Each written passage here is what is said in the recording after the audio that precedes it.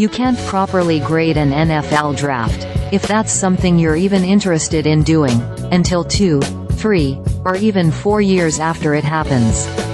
Unless a class is wildly and immediately successful or a spectacular failure right out of the gate, grades are just a reflection of how fans, analysts, and the like feel in the immediate aftermath of the draft. Often, those grades are reflective of how a team does versus expectations. By that metric, the Falcons were disappointing. I'll write more about this later, but few teams strayed further from consensus than Atlanta, and that led to most of their picks being considered reaches by analysts. The grades you're going to see below are reflective of that. In the case of fans here at the Falcoholic, they're perhaps reflective of that and partially based on disappointment with the players the team didn't pick, as well as the top 10 quarterback and the second-round trade-up. Let's get to them, so we can revisit this a few years down the line to shake our heads or nod. I'll add to the list as new grades come in today. The Falcoholic's readers. See. But you can still vote. PollSnap grade time. What are you giving this class on first blush? Pro Football Focus. See for a pick-by-pick write-up. Visit their site. Sports Illustrated. AMatt Verderame. Call me crazy, but I'm a huge fan of the Penix pick. The quarterback landscape could be great in 2 years. It could be barren, but if the Falcons are truly building toward the future, why not make the inevitable transition easy?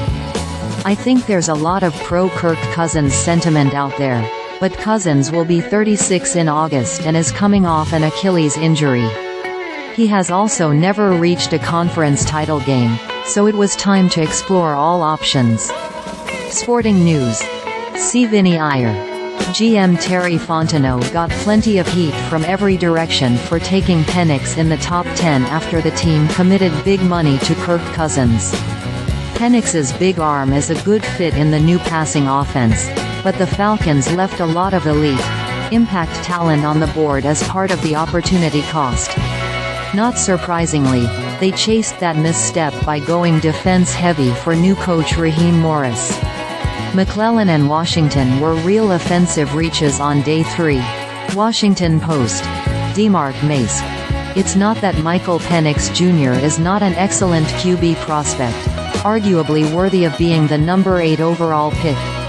He is. It's that the Falcons gave Kirk Cousins a 4-year, $180 million deal in free agency, a move indicative of an attempt to be an immediate contender. The Falcons needed to add an excellent player at another position to improve Cousins' chances, and theirs, of succeeding. There was no rush to put his eventual successor in place before he even played his first game for the team. The rule in the NFL is that if you don't have a franchise QB, you need to do all that you can to try to get one. But you don't need to do all that you can to try to get two. Associated Press.